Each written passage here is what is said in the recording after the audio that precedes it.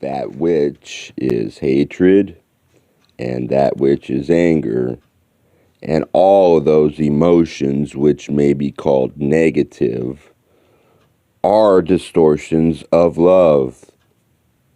They manifest through the distorted individual by blocking energy and trapping this energy in the center involved in the changing, confusing difficulty which is catalyst for distorted love.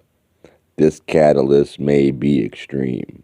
However, may we say that which the questioner considers hatred, it does not know in full intensity, for it is incapable of achieving the purity of negative emotion which would be necessary for those which wish to polarize negatively.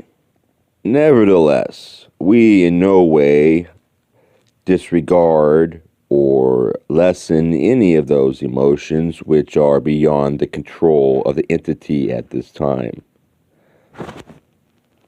When an entity is extremely positive, as each within this circle is, that which may be seen by others to be unimportant or non-catalytic upon the contrary. Sensitive entities which seek will certainly use this catalyst and experience painfully negative emotions. Thus, hatred is love which has been hurt badly. Anger is that which comes of hatred. Beneath the hatred is what this instrument would call the orange ray blockage. This is especially painful when the entity who is in pain has some difficulty in experiencing self-worth and self-acceptance, self-forgiveness, and self-love. The one which loves the self has the most undistorted energy available to manifest in love. The illusion in general, made up of many seemingly other selves separate from the self, is most powerful. Beneath both of these concepts is the concept of separation. Thusly, it is possible to see each entity as unique. However, the veil has been dropped betwixt the waking vision and the evidence that each is also the creator. Each perfect and all one. One with each one. However, the veil has dropped betwixt the waking vision and the evidence that each is also the creator. Each perfect and all one. One with each other, and one with the original thought of love, which is the creator. We are aware that each has chosen the path of unity, peace, the love of neighbor, the hope for peace within all nations, all hearts, and all peoples, and above all, the seeking of the one infinite creator. To those who wish to ameliorate the negative emotions they feel, action is necessary. The first action one may take is to outlast the length of time one is capable of feeling the same catalyst. That is, as this instrument would say, an easy way out, in that no effort must be expended, but merely existence prolonged.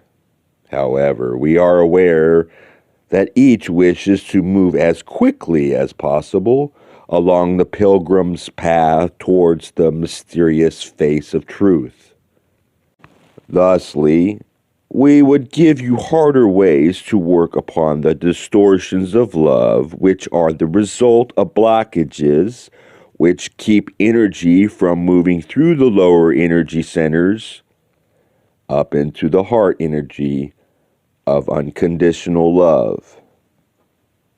The effort this takes is the utmost an entity can make.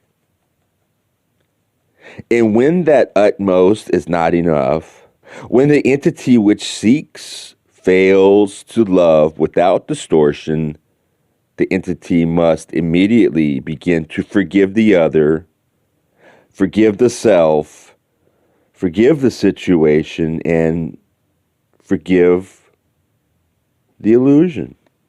The illusion is designed as an ordeal, indeed, a series of ordeals within which, again and again, each soul chooses the positive path of unity, peace, joy, love, and light, or the negative path of discord, despair, hatred, and darkness. When the periods of darkness strike without warning, they are needed. For each entity has all of the varieties of humanity within the self. The most positive entity can be negative. The most negative can be positive. This illusion fools each as it ought and as it must. In the end, we must move towards meditation as our primary suggestion for acquainting the self more and more with an undistorted love. A light which does not fail. In short, we recommend the daily meditation, the reading of thought-provoking or inspirational material, the contemplation upon that material, and the attendant praise and thanksgiving for the moment of consciousness. All of these are but the frosting upon the cake of silence. For as one dwells within the green cathedral of the forest or mountaintop's bleak aspect, or the splendorous church, waiting in what feels to be a holy silence for the service of group worship to begin, one is entering the silence.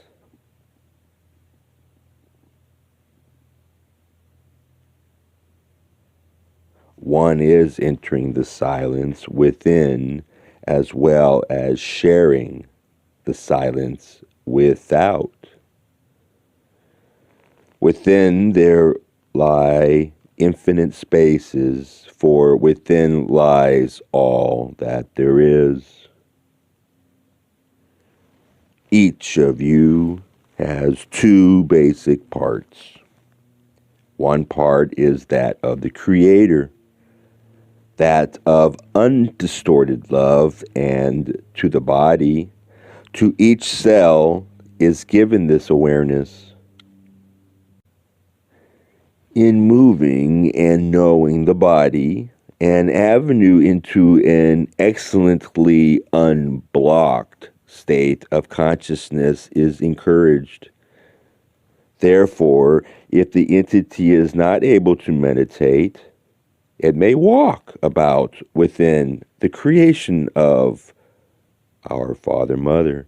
For as this entity sings in its head, I walk in the garden alone, when the dew is still on the roses. This image was given to you by the teacher and Christ, known to you as Jesus. Think of your inner space as this garden and realize that it is your deepest desire. Think of your inner space as this garden and realize that it is your deepest desire